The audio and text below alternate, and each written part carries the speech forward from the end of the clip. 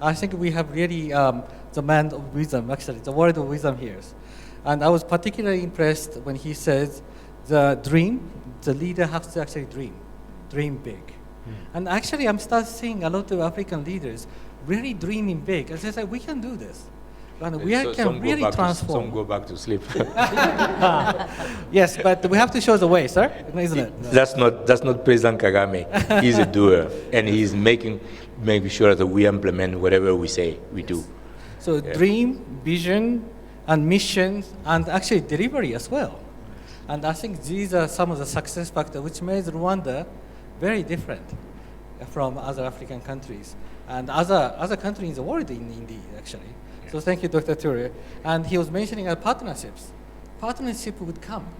The private sector's investment, financial facility would come if we say, no, this is our dream, this is our vision, and this is what we're doing. And if we could show it to them, the partners would come. The real, actually, honest partner would come. So thank you, Dr. Ture, for that remark, actually. Thank you. So Dr. Toda, you've also seen a lot of countries, not only in Africa, but elsewhere as well. Okay. So what do you think is really a success factor? If you can add something more to the honorable minister and also Dr. Ture. It's a hard job, but if you can try. It's very dangerous to say something as a very small practitioners. But in fact, you're a humble man, my friend. No. Cautious man. But since this is a town where I lived 30 years ago, so I know a little bit about the drastic transformation of your country and transformation of Africa. And I have been thinking about the origin of leadership, the origin of dream, and the origin of your marvelous driving force toward this challenging transformation. My modest answer might provoke some opposition from floor. We shall discuss later. That is, in my opinion, darkness and difficulties which this country faced. So the sunset is coming and I becoming a little more philosopher. Sorry. Yes, in the middle of darkness, we understand the value of small light. That is what some of my colleagues' widow in Kigali told me. Yes, nearly 20 years ago. Yeah. And in the middle of difficulty, geographical handicap and scarce resources, always said. So this kind of thing drives you to the very, very cutting edge, rapid and drastic, high value oriented industries. You did have no choice. And even picking up the coffee. So you have no choice without producing the world #1 coffee quality. Otherwise, you cannot survive. So ICT hub is a logical consequence in the middle of difficulties for this country.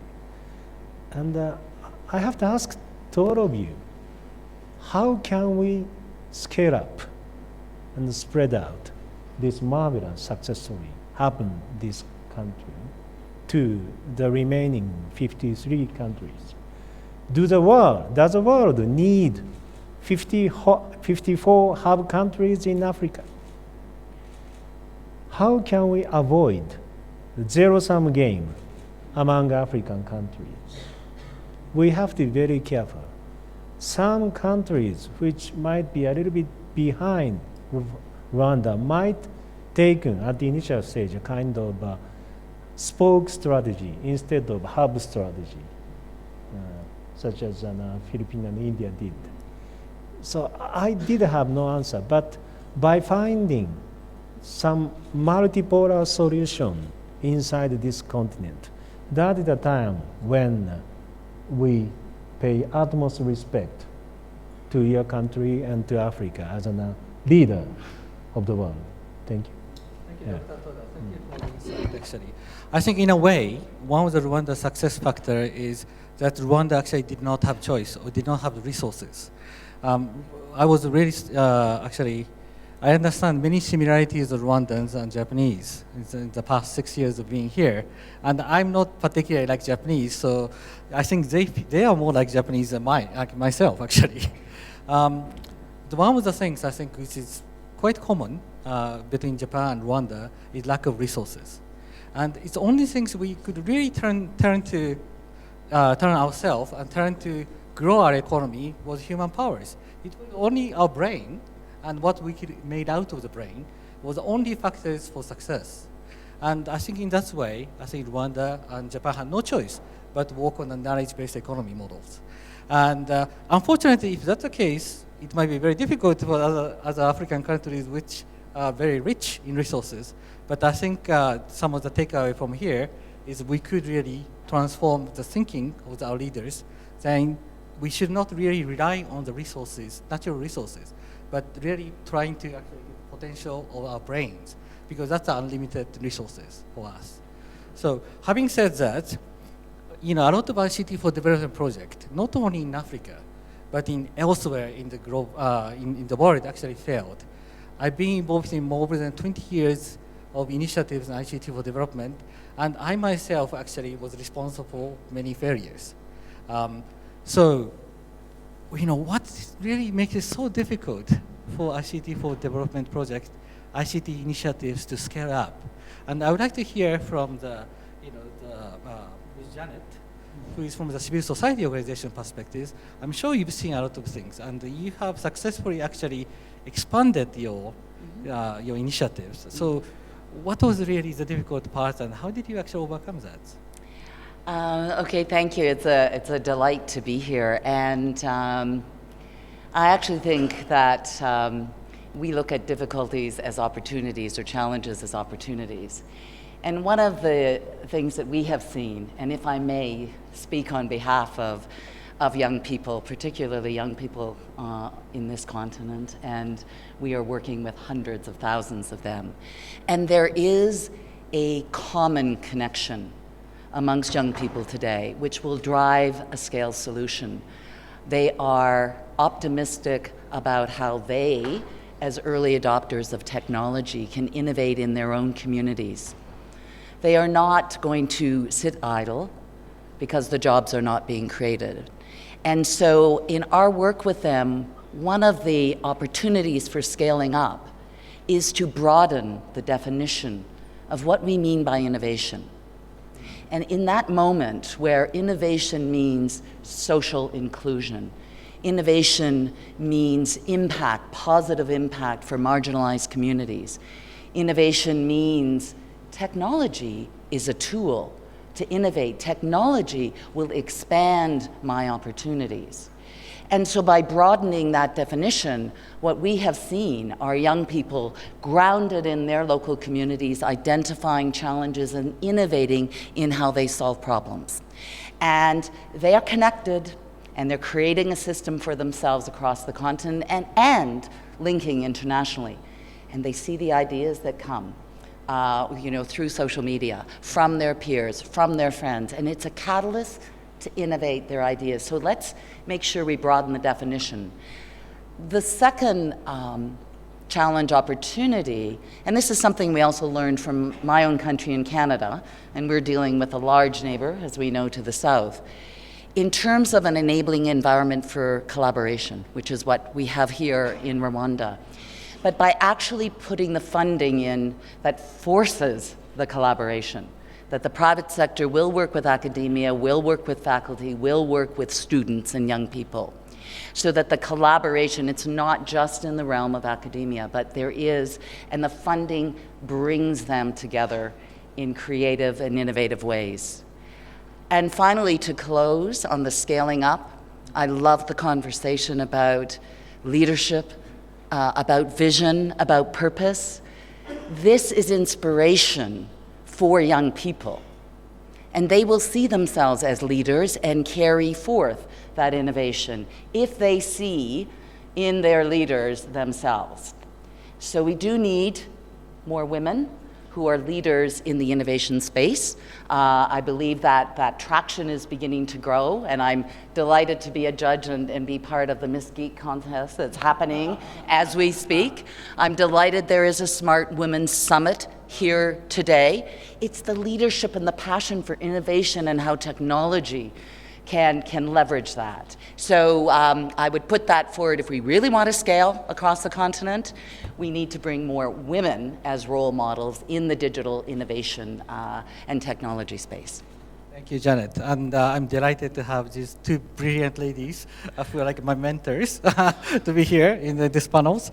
But you're right, actually. I think the inclusion is another key word that we should really think about. How can you include these marginalized people into the innovation process? And I think that's going to be really propel Africa to the next stage, I think. So, Badru, you have been working in the private sectors, and private sector also has been very difficult as well. But your company has successfully created a big company, basically from Uganda. And you're now expanding this into Northern Corridor Initiative, which is really private sector driven, which is really supported by the four governments, sorry. So what do you think it was the difficult parts of expanding this? And how do you think we can learn from this, your success stories and so on? What was the difficult parts? Thank you. I think first let me just say I'm honored to be and humbled to be on such a panel with distinguished people. When you look at the business that we looked at first and foremost, I'm passionately an East African. The first thing that you have to understand is within our borders, there is not enough market for us to grow. Where I liked what the Honorable Minister talked about, and I think I've changed my vocabulary, where PPP stands for. We've been pushing public-private partnership all over the place, and people don't understand it. When you say purpose, partnership, and profit, right? When you say that, it means something. But when you look at the challenges that we have when we try to grow beyond the borders, you got to look at what is the vision, what's the end in mind. Now, East Africa is the 8th biggest market in the world. If you look at when you're right, I think we're just behind Nigeria in terms of potential market. So what are the benefits? Now, when you look at, again, the P's come back in again, the partnership, and I think somebody talked about the zero-sum game. How can we then start creating partnerships within the region? If something's being done perfectly in Rwanda, let's move the same product to another market. If something's being done perfectly in Uganda, let's move it somewhere else. That's how we grow. The challenges that we had, and the first thing that we learned, is you cannot copy and paste. Particular structures stay the same. Business rules, you copy and paste because those are the same everywhere. Accounting principles are the same all over the place. You gotta pay your taxes everywhere else. The basic principles of running a business are the same. Everything else changes. The culture changes. You gotta know how to communicate with the different people, their different cultures, the different norms in the different markets, but the principle of running a business never changes. And what we did for us was the business had to be clearly a clear, clean business. There's a stereotype of Africa which really pains me when people say you can't do anything without the brown envelope. We have created a business. In 10 years, we borrowed what is equivalent to $5,000 as an overdraft 10 years ago. Today, we have a turnover of $20 million within East Africa. So it is possible to do that if you follow the principles of the business. I think the biggest challenge was that. Understanding, you go to a market and they say, here you can't do this, you have to do that. Once you appreciate that and you understand that each market has its norms and you respect those norms, the next thing I think is the investment in the next generation, is the investment in the young people. And once you actually get to the point, when we opened our Rwanda office 8 years ago, my business manager was a 27-year-old lady. She built that business to a $2 million business. So the concept of being able to trust our young generation is the biggest challenge that we have in growing. We always believe that we have to make the decisions for them. Right? As we sit in this room, if I say how many people below 25 are sitting in this room, can we please raise your hand if you're below 25? Please raise your hand. If you're If you're below 25, please raise your hand. So obviously we have a Ladies and problem. gentlemen, therein lies our biggest problem within our region. We will sit in here, we'll make the relevant, what we believe are the best decisions, but we're not the drivers of the next generation. And that is the biggest challenge. We need to hand over the reins. The guidelines are there, hand over the reins to the next generation, and you'll be amazed what happens. And I think that was the biggest key for us.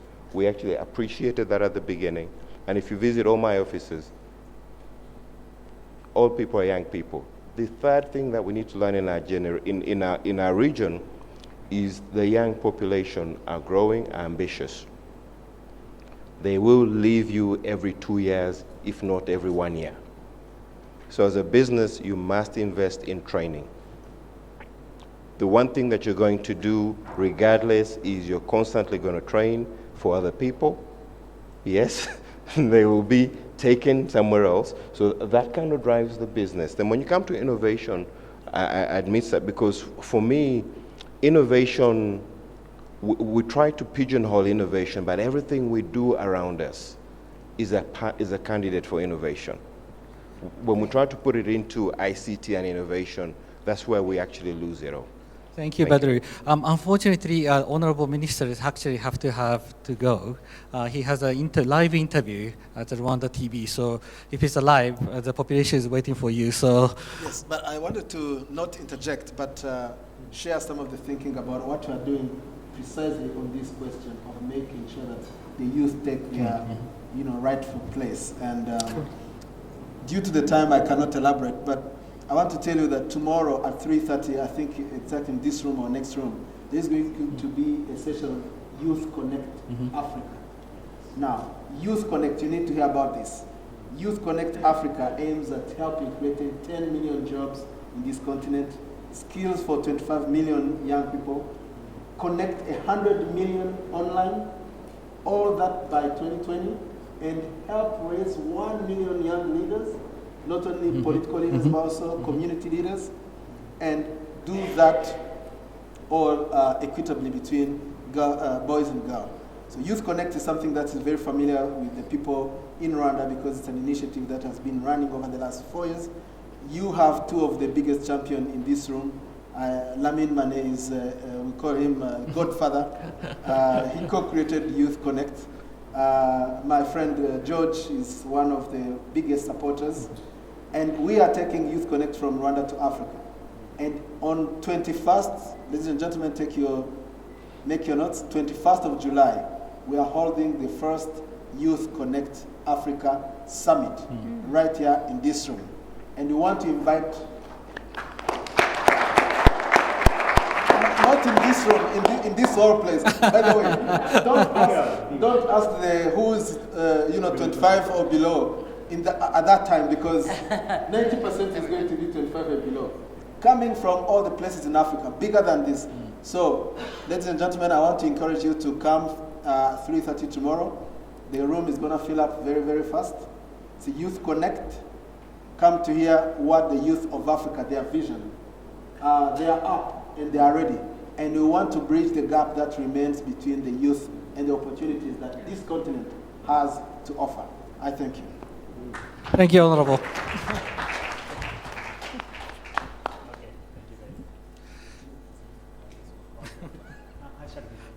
Yes.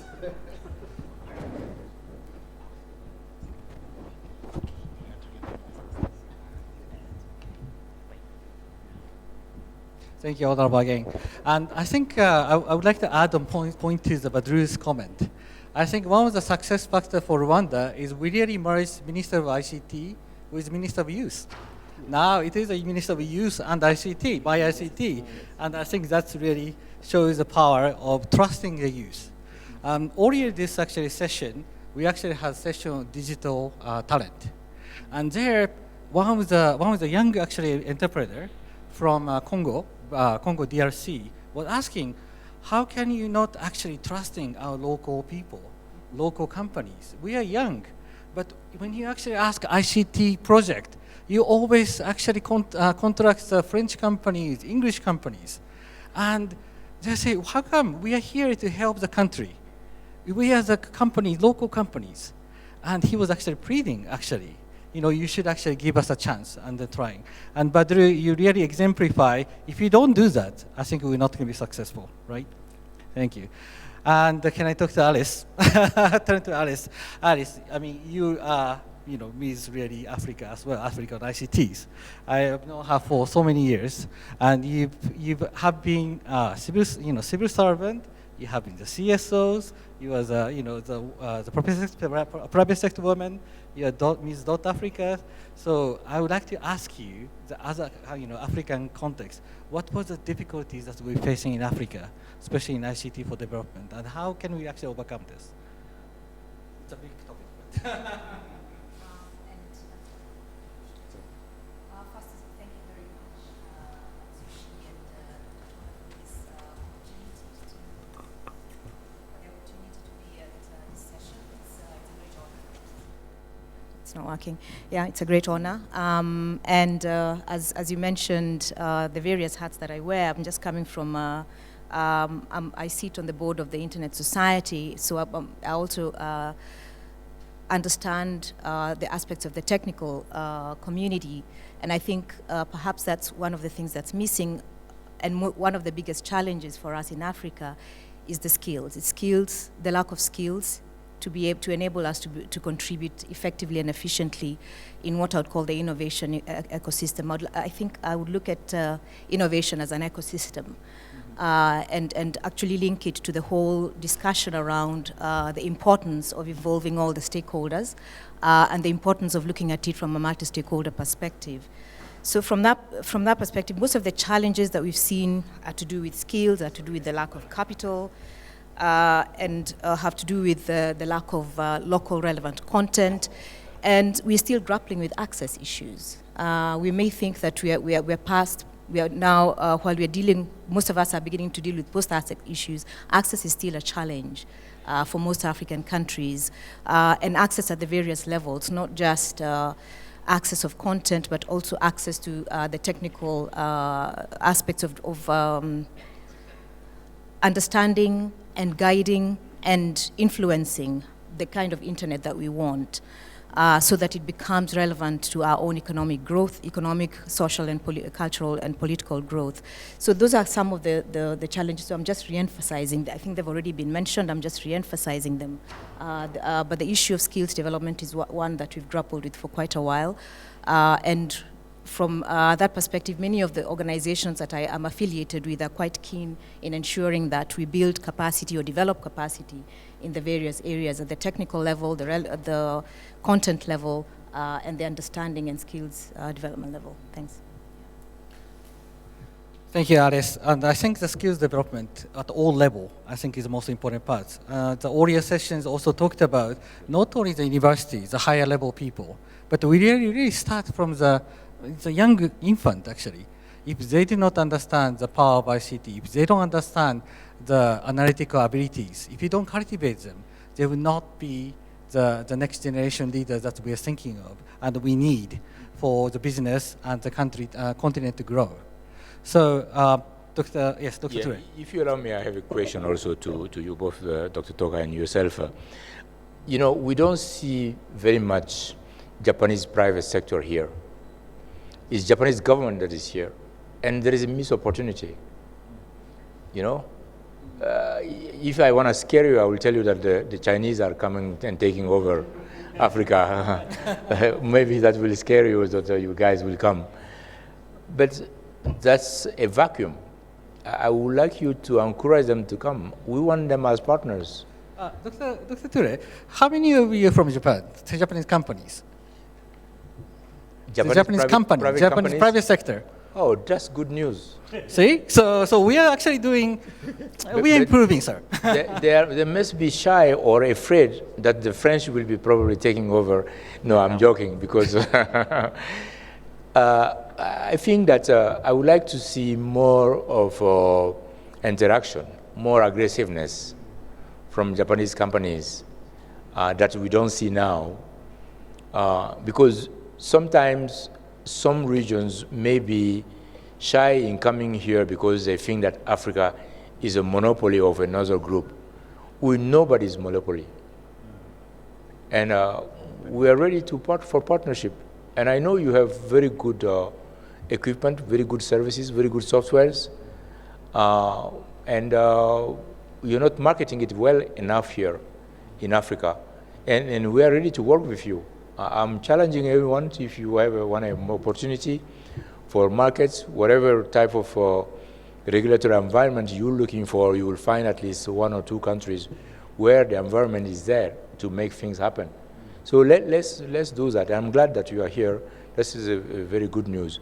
I was challenging Mr. Toka on this last time, Dr. Toka, well, last time he came on the same thing. But I'm glad to see now that the faces are Yes, Dr. Ture, our new project actually also try to encourage us as well. So please stay tuned for that, actually. Thank you, Dr. Ture. Just before opening up the floor, since we heard some of the success factors and some of the challenges that we face currently on creating this innovation ecosystems, I would like, as a final opening remarks, opening questions, introductory questions, I would like to ask every panelist, what kind of interventions are needed to really create this kind of innovation ecosystem and also transfer this expanding this innovation ecosystem to other countries in Africa? So perhaps could you start, Janet, from the other side? Okay, thank you. I think we've touched on a number of interventions. Alice touched on the skills development component, because that, and also the awareness for people to understand that having the correct digital skills and awareness of how digital can enable innovation would be important. We touched on the enabling environment, and I think it has to go beyond that language of enabling environment and be bold and determined about how we insist, maybe is a lighter word, that the collaborations happen in the ecosystem, and that people in the country understand and are part of that innovation ecosystem. In terms of sharing and moving it beyond, in some ways it's a tough one, because at the beginning we talked about leadership so much. And the leadership at the government level and at the private sector level needs to be there in the countries. Secondly, there's a reality about size. There are countries on this continent that we know in terms of large populations and large geographic reach. Again, I come from a country that's massive but doesn't have the large population. So what are the scale strategies? So, looking at a wonderful opportunity here in Rwanda, but what does that mean in a much greater country like an Ethiopia or Nigeria? So different scale strategies, and we have to innovate in the scale strategy space. Thirdly, and it's been said, but the engagement of women and youth, and ensuring that they are trusted and the belief in their faith, because I do see them building a new system. The minister talked about Youth Connect. He talked about millions. I mean, there is a vision that young people are driving. And again, we're either going to support young people to create a system that works for all of us and for them in particular, or be worried about different consequences. So they're recreating what work means, they're creating jobs, they're creating the way we connect, they're creating local content. So just intervening in a much more deliberate way out of our institutions and meeting young people where they are today. So the same question goes to Badru. So what kind of interventions what we need? Thank you. I'm going to borrow from, I think for me the key points. I'm going to wrap into what we've shared here earlier. I will first borrow from Dr. Turi in terms of dare to dream and dream big. There is absolutely nothing that our young people or even ourselves we cannot dare do with ICT that has been done anywhere else. So one of the things that we need to change is where else has it been done? It is possible for an innovation to come out of Rwanda that has not been done anywhere else in the world, right? But we tend to have that as a block. Then I go back to the 3 Ps. Purpose, a very clear end in mind in terms of what we're trying to achieve. We must have that defined very clearly, what we need to achieve. Then the partnership point now for me when I look at that is a little bit of what has just been said by Janet in terms of we're very individualistic when we tend to approach, and yet we need to learn to work as teams. And as our people, as our young innovators are working, they need to learn to work as teams, but also our corporates do not work as teams. So we get back to the concept of the zero sum where we erode each other and spend a lot more money instead of earning value out of it. But then the one thing that makes us wake up in the morning is the last P, profit. We must be very clear that no profit, no gain, the saying? There must be value in everything we do. If there is no value, then we're not going to succeed. Even the donor projects that are being pushed must look at a value end at the end of the day.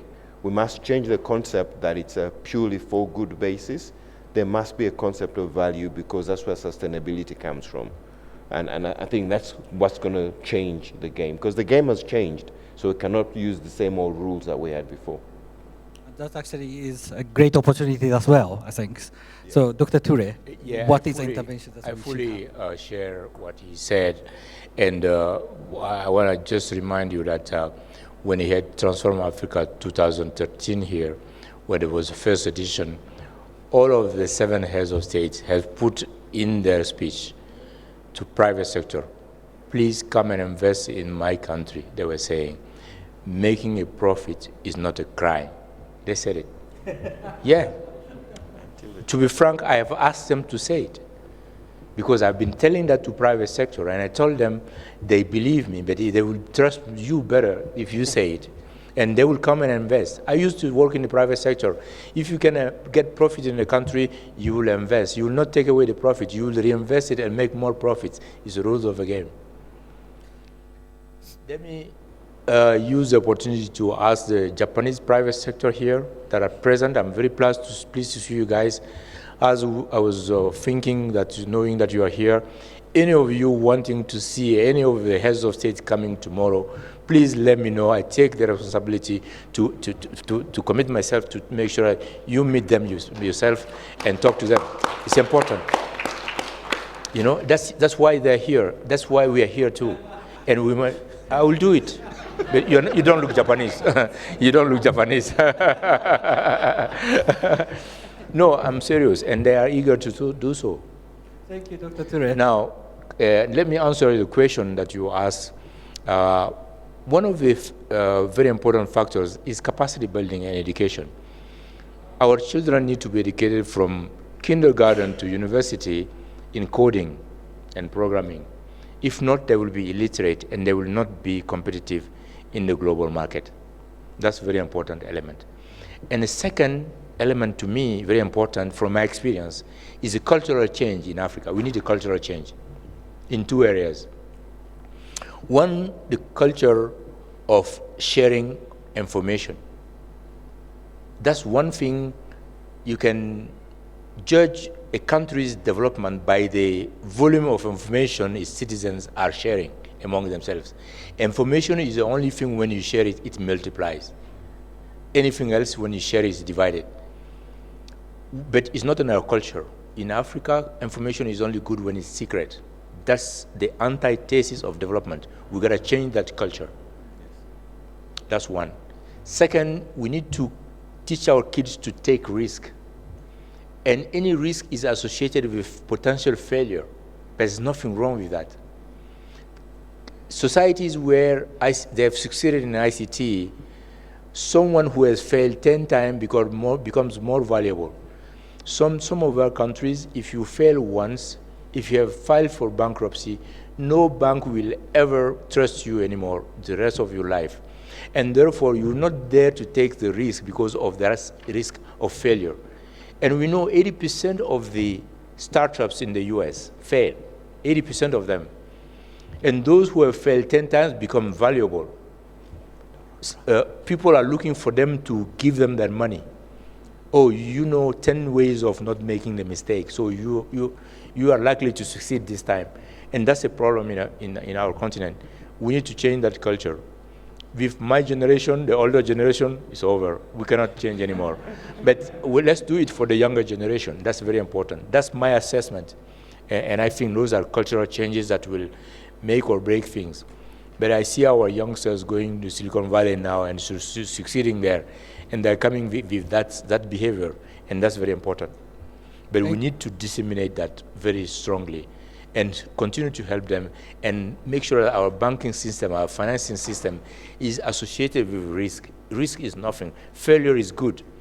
You know, someone like, when the bulb, electric bulb was invented, who invented the electrical bulb? Thomas Edison. Edison, yes. Thomas Edison. Graham Bell was the telephone. Thomas Edison, he failed 3,000 times. He tried 3,000 times. They said to him, oh, you failed 3,000 times. No. I realized I found 3,000 ways of not doing it. Yes. And he finally succeeded. That's why we have a light today. But we need to, that's a very strong cultural, powerful thing that we need to teach to our children. At home, when your child has failed in something, you don't tell him you're a failure. He has failed in mathematics. Maybe he is a good musician. He has failed in biology. Maybe he will be a good mathematician. So you should make sure that we do that in our culture. And that's at all levels. We need to make sure that that's a cultural thing that we change. Thank you. Thank you, Dr. Ture. And I completely agree with you. I think a cultural change component actually be integral part for this innovation ecosystem. It's okay, really, to fail. The K-Lab, when we created, we said, I wanted to actually create a place where they could fail, but they could learn from these failures. So next time, they could do it much better, and they will succeed eventually. And this kind of component, I think, it should be the critical component within all innovation ecosystem in Africa. And ICT could really introduce or induce this cultural change as well. It's a powerful tool. Thank you, Dr. Ture. So Dr. Toda, the same question. Yeah. But before answering, I would like to invite once again Dr. Ture to make a lecture to Japanese youngsters. Okay. Yes, to change our risk avertive culture, if you agree. Well, okay? I don't think I can teach them anything. And I'm sure private sector is here. They are very successful. Therefore, they take risk as well. So yeah, please take a risk. Yeah, absolutely. And my answer is about the asymmetricity of African situation with different perspectives. First one is infrastructure gap or asymmetricity. Yes, you have cell phone, and you have optical fiber, but the second one is not enough yet, and that was not arrived at the doorstep, etc. So we need to keep or delete the gap between the sort of, imbalance situation. And second one is human resource gap. And as I told you, some of you, this morning about talent, I have no, concern about the African top elite to be the global leader. They are now. And some of the global leaders outside Africa also being attracted to Africa. While critical mass of pragmatic skilled persons are miserably small in number, and they are not in principle global. They are not coming outside Africa. So we have to be very serious and passionate about the capacity development of so-called middle class or pragmatic engineer, etc., etc. That is going to be a kind of fatal disadvantage of this continent. I have to tell you that. And the third one is money. Yes, according to some data, Africa invested $730 million for optical fiber. This money seems to be big, but when we think of the cash flow to, for example, power generation, this is a negligible amount. I was in Bangladesh, and I spent nearly $2,000 or $3,000 million per year power plant only. Even $4,000 million we spent for 1,200 megawatt. But the whole continent only spent $730 million for optical fibers. This is a kind of unbelievable gap to be filled. And we need to very much scientifically and seriously think about the potential internal rate of return vis-a-vis the investment on the infrastructure of ICT, which is enormous. But when you think of the money amount, it's a kind of negligible amount. So not only Africa themselves, but also the world need to think about the affordable investment on that point. And the last one is partnership gap. You mentioned the private sector's cautiousness to come to Africa. Rwanda is an exceptional successful case, making this country clean and safe. And this sort of enabling environment should be expanded to the whole continent. Then the day will soon quickly come for the outsiders to come in to Africa. I'll finish up. Thank you, Dr. Toda. Yes, thank you so much. And I completely agree. I think there is two sides to the investment on ICT infrastructures. I think that's actually testament to what kind of multiplier effect that we could actually have in ICTs. With that small money, and how much actually transformation that we're seeing from this $700 million, and how much transformation that we're seeing in Africa. So that's a testament to the multiplier effect. But at the same time, I agree, there's still a lot to do in terms of infrastructure investment, and which I think, Alice, you have mentioned, so could you continue the discussion on that? Thank you very much. I think from my end, I can't re-emphasize enough the importance of skills development and capacity building and capacity development. And colleagues of mine who work in the ISTAR organizations will attest to the fact that several of the internet is the most important infrastructure for the digital economy. And the African stakeholders are actually not there in determining how the internet as the infrastructure is developed so that we can use it to benefit our own unique circumstances. So it's extremely important to think from that perspective, the importance of skills development, the importance of capacity building and capacity development at all levels. Another aspect that I think we probably need to take very seriously is as we get into the digital economy, the importance of having the entire government participating or engaging in ensuring that the digital economy, they're participating in it. For example, one of the examples I would give is to ensure the various ministries are looking at it, at their ministry, at their portfolios from a digital perspective. So be it health, agriculture, education, if the entire government is looking at it from that perspective, then you'll have the digital economy at the national level and the regional level growing.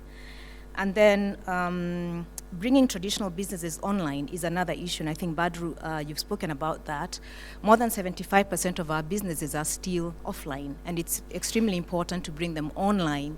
And that, again, links to determining what kind of internet we want as a continent. So that's another aspect that may transform the digital economy for the African continent. So those are the three or so factors that I think are quite important for us to consider while we're thinking about success factors. Thank you. Sorry for the technical failures. Thank you so much, Alice, and thank you much for the participants. Now, you're eager to ask questions, so this gentleman actually had a hand up for a long time. Can you ask 3 questions first, and then, Furuka-san, can you take this gentleman and then the 4, please? Because it's streaming, so please use the. And we also encourage some of you who are participating online to use the hashtag, so I can ask the questions to these panelists.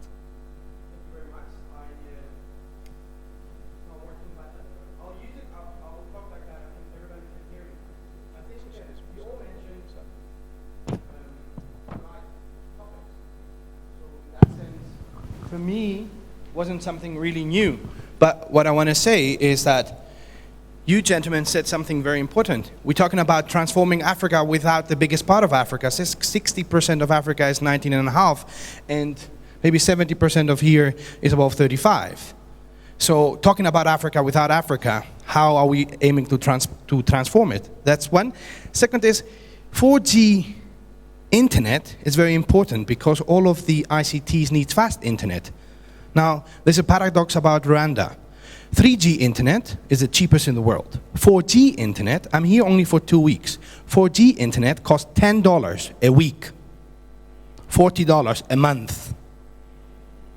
How can we change that? And what do you commit to change in 6 months from now to create an innovative ecosystem? So the question is the cost of the 4G LTE. How can you actually make it affordable? Unfortunately, there is no Rwandans here to answer the questions, but at least you can give a perspective. You can answer here. Yes. The second question. We're all Rwandans. We're Africans.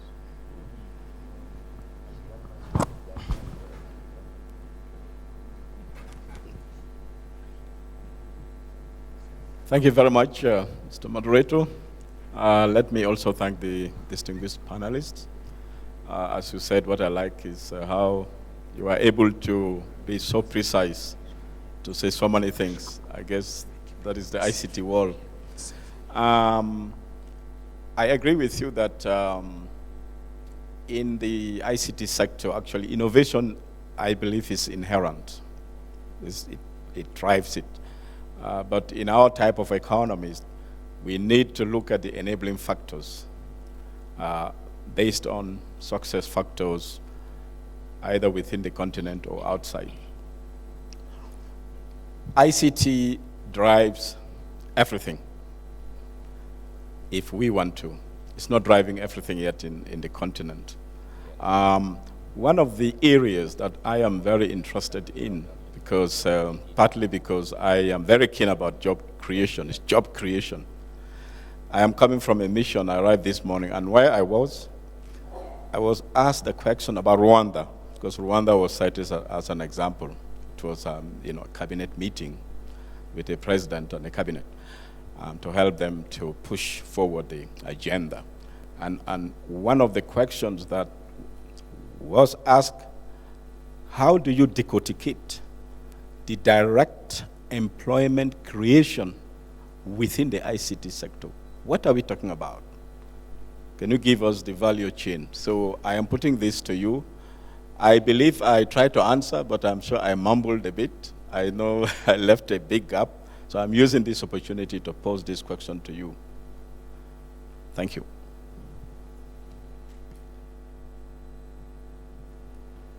Thank you. The question is, how could ICT induce job creation directly? So third questions? Yes.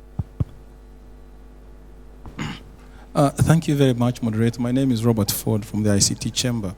I want to first make a few clarifications here about the Japanese businesses in the house, in this room, and to confirm that we have many more that are not in this room but in other rooms, that the Japanese business community has been very interested, specifically in Rwanda, but also in this region. We have Toyota Tsusho right here, we have Mitsui, we have Samurai Incubate, we have DMM, we have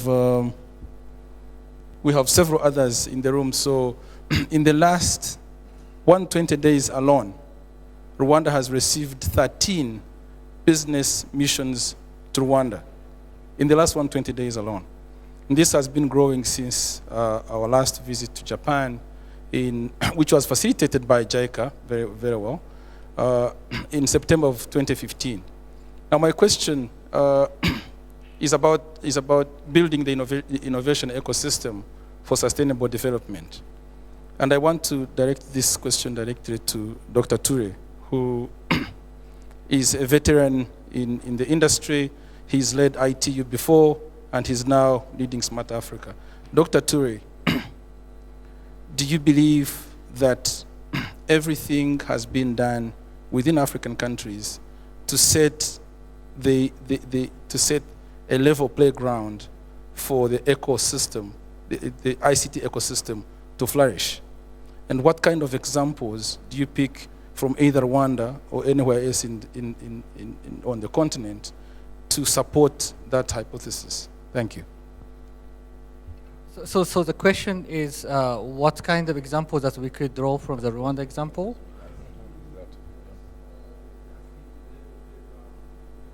Yeah. In the other countries as well. So the question number one is price of connectivity. How can you reduce the price of connectivities? Who would like to go? Yeah, I can take it. Price of connectivity is linked to, especially the case of internet, is linked to two things. One is, of course, the infrastructure you have at home, and two, the content you're developing. Most of the time, when we are searching for an information on the web, what happens? We go to the United States to get the information and back. Therefore, it's natural that it will cost more, because all the data centers and things are there. That's the first thing. Whatever internet you are entering, and the data is somewhere else. So I mean, that for me, that's one fundamental thing, because, and I'm trying to advocate, and that's answer to the question of the gentleman who had the last question. No, everything has not been done. We don't have enough data centers here. We don't have our local information here. And 80% of the information you're looking for is here. But when you go to people, I want to build data centers, they will tell you, no, you don't need data centers. Everything is in the cloud now. And guess what? The cloud is not up there. It's somebody's country. We know that. They will try to convince you not to make it because they have a cloud.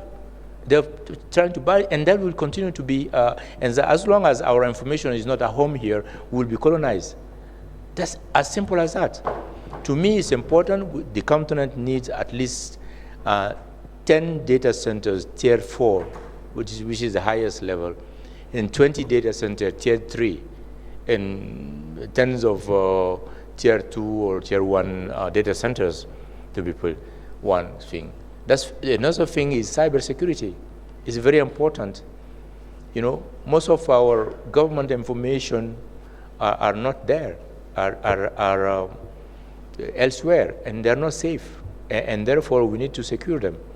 When you're putting internet in schools, they need to be protected, because the children will be exposed to something that will be taking away their culture, that will be taking away many things from them. So you need to protect them, and that needs to be done in a very organized manner on the whole continent, and in a way that it will be cost much less for us, because if we do it in a holistic manner.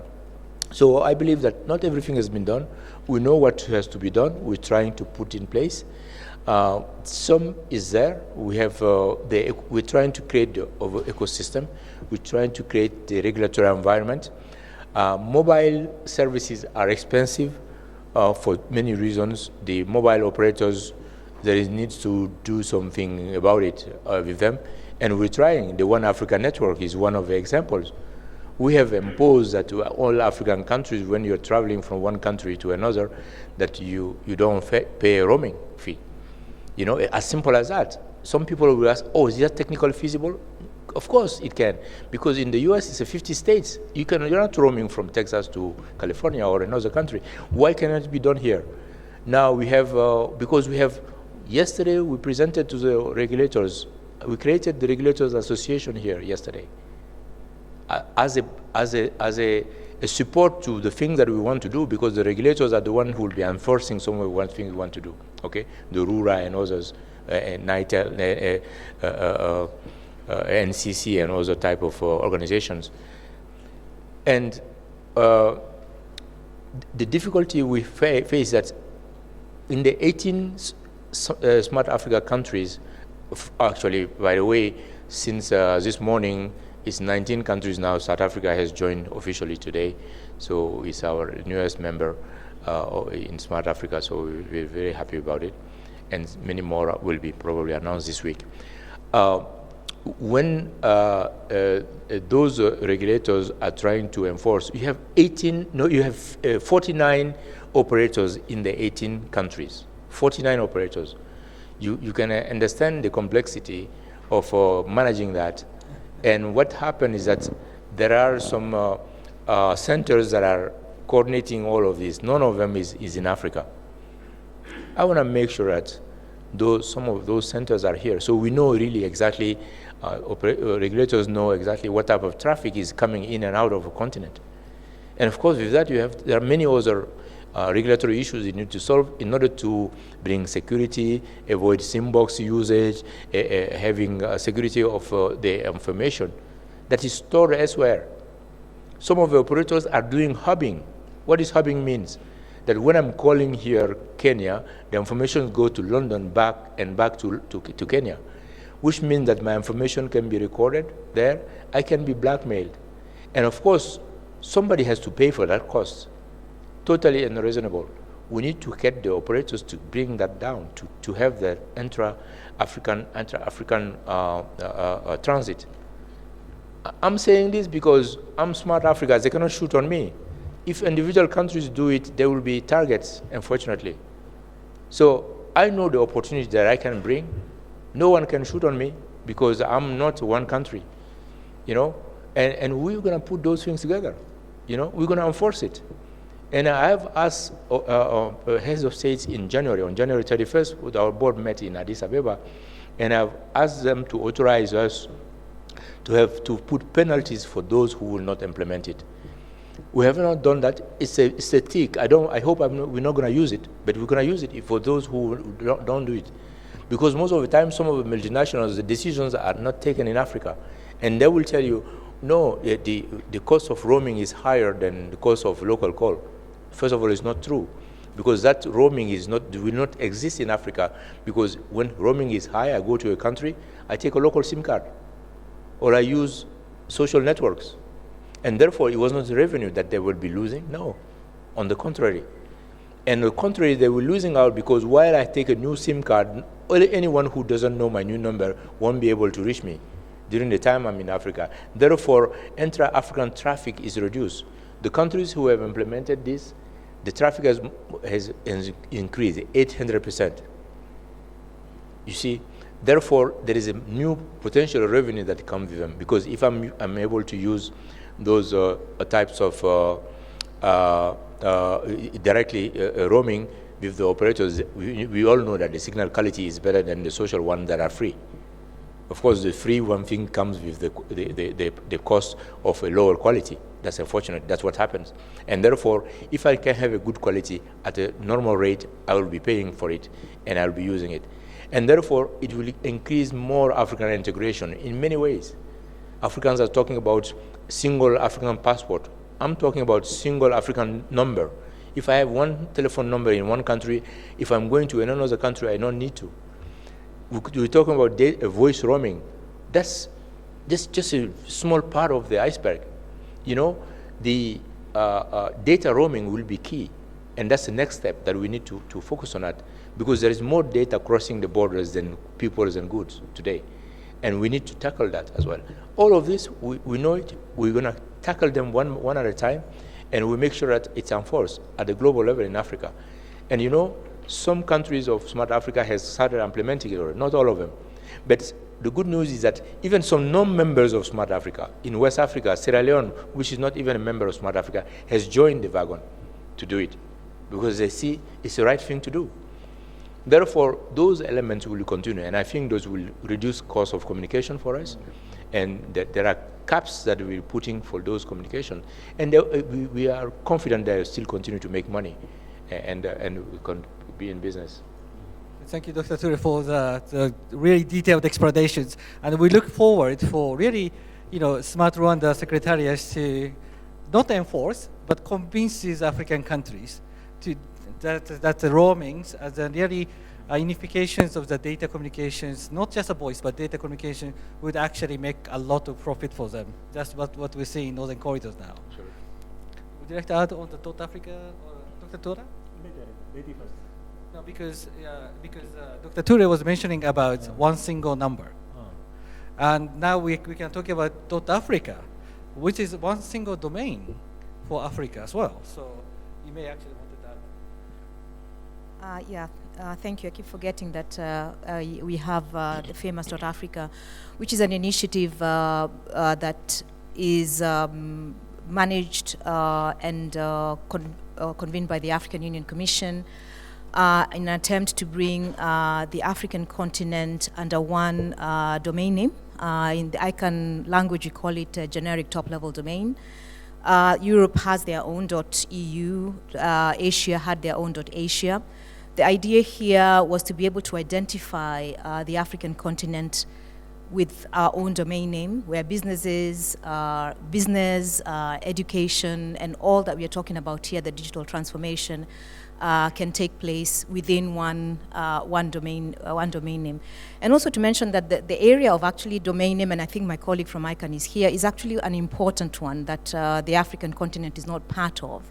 That contributes to the digital transformation, and that's an important aspect of how we do business. Realizing that taking our businesses online means that the idea of identity comes into play. And so being able to identify yourself with an African domain name is actually extremely important, because it's pinpointing to the various aspects of African businesses and the way we do our work, and then bringing together within one domain. So, yes. But I want to provoke Alice a little bit, because she needs to tell us the .Africa debate has taken too long. It's ridiculous, but it's taken years to happen, man. This is a waste of time. It is done. Somebody has to take decisions. We're not moving. It is done. Okay, it's Dr. done now. I'm glad. And because I got frustrated, because some ministers give me the business card, they address email, it's Gmail or Yahoo. We all know that one presidential candidate has lost candidature has lost election because of use of private emails, and we all know that, but we continue to do it. It's ridiculous. Maybe we should move on to the next topic. The question number 2 was actually ICT for job creation. Yeah. And I think that is really one of another important parts of the questions, and I really want to hear from the expert panel here. So, Dr. Toda, I think you have a question. Question to answer. But relaying, yes, you go. Okay. See you later. Yeah. Okay. Thank you. Yeah. Before Dr. Ture goes, I had a comment from the private sector. Can I share it before he leaves, please? Okay, I stay. 30 seconds, please. 30 seconds. Before Yes. Dr. Ture has to go. Being the only private sector at the panel here, I had a lot of good things and very worrying things. We're now in an era of transformation and change. We cannot run our businesses when we have a whip at the back of our end. A lot of the things we're talking about are changing. Our challenge is in our industry is the regulators are not changing at the pace of the technology. So the things that the regulators are forcing us to do as a sector are last year. We cannot move fast enough. So you mentioned that we set up a regulators association. I think the times of sector associations need to change so that if you have a regulators association, you should actually have stakeholders association so that when you're actually making the decisions and the steps we're making to move forward, we're moving forward. What we noticed in Northern Corridor discussions was actually a very, very interesting change, that we were sitting with government and private sector and we made a lot of things happen. The fact that we have the one network area, we're roaming within this place, is because it was government and private sector sitting together. We would go back with our government and actually make things work. We cannot continue at a pace of regulators said jump, you say how high, or they push you over. That does not work. No, you're right. I'm the one who created the Global Symposium of Regulators, the GSR. Those of you who are familiar with ITU, I'm the one who created it back in year 2000. Okay? So I'm actually 100% confident. The GSR is a Global Symposium of Regulators. We call it symposium just to be able to informally bring the regulators together so they can talk. But we immediately open it up for private sector, because you want to consult them in the process of making decisions that are involving them. That's fine. I understand that. No, that's clear. It's one first step, and we will not be able to take decision without consulting the players. The regulators are just the referee in the game. They're not the one making a game. When I go to watch a football game, I don't come and see the referee. I will not even notice if it's a good game. I will not even notice the referee. I will only notice the referee if he's a bad referee and he starts blowing I think what I wanted to say is through Northern Corridor, we learned a lot of what collaboration is all about.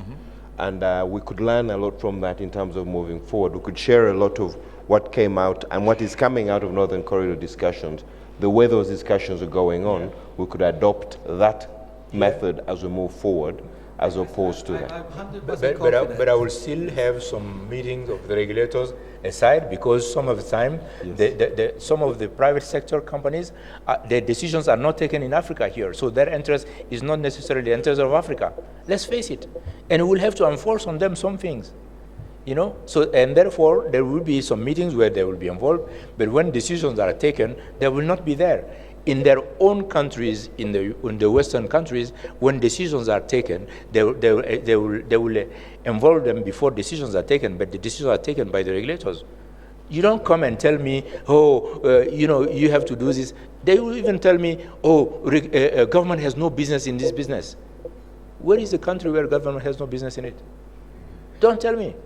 I said, I've lived in your countries, I know. So you say one thing in your country and another thing in my country. It doesn't work. We know what he's talking about. We studied in the same schools and we're beating them sometimes. I think in principle we're going to work together, not...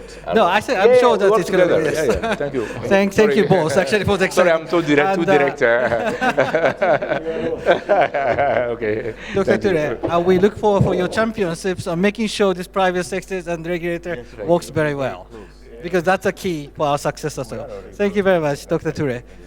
Okay, so keep in touch. Yeah, okay, thank you. Yeah. Dr. Toda. Can I have time? Of course you have time, yes, because the ICT for job creation is really important topic for Africa. Yes. So ICT, logically, is not for job creation, by definition. ICT is as my colleague said, it's a method or tool of finding solutions vis-a-vis social problems. So getting back to that point, let us ask to ourselves if ICT has been utilized to the maximum extent. My answer is absolutely negative. In health, education, power generation, transport, customs system, governance, birth registration, etc. We have a great room of utilizing ICT. Sometimes for that service, we need money. That results in the creation of certain type of quality employment. So I do not have so much expectation on job creation on ICT. I think that pathway is a kind of indirect one. So my modest suggestion to all of you here is let us minimize our, how do you say, illusionary expectation on the job creation of ICT. This is my first point. The second point is, but however, if you rethink the definition of employment, ICT might have greater potential on that. I met so many youngsters who are independent. When you think of the local agriculture or farmers who make full use of ICT and getting more income, those kind of things are thanks to ICT. So if we, yes, consider job creation or employment creation in a wider context, ICT is very much useful. And the third and the last point is about the enabler environment. As most of you understand, the enabler environment for ICT is a synonym of enabler environment for the whole sustainable development. So in the name of our efforts for ICT, we are heading for the authentic, holistic, sustainable, resilient, inclusive development. And that is another benefit of ICT. By doing so, for example, security here, cleanness of cities here, attracts so many companies and so much FDIs, which create indirectly employment. So in the name of our efforts for ICT, we can do a lot of things. That is my modest answer to our senior colleague. Thank you, Dr. Toda. Anyone want to add maybe 30 seconds each, because time is, or is that okay? Okay, thank you. May I invite actually the Honorable Stella Ford, the Chief of Cabinet Secretary, to have a final remark or a comment?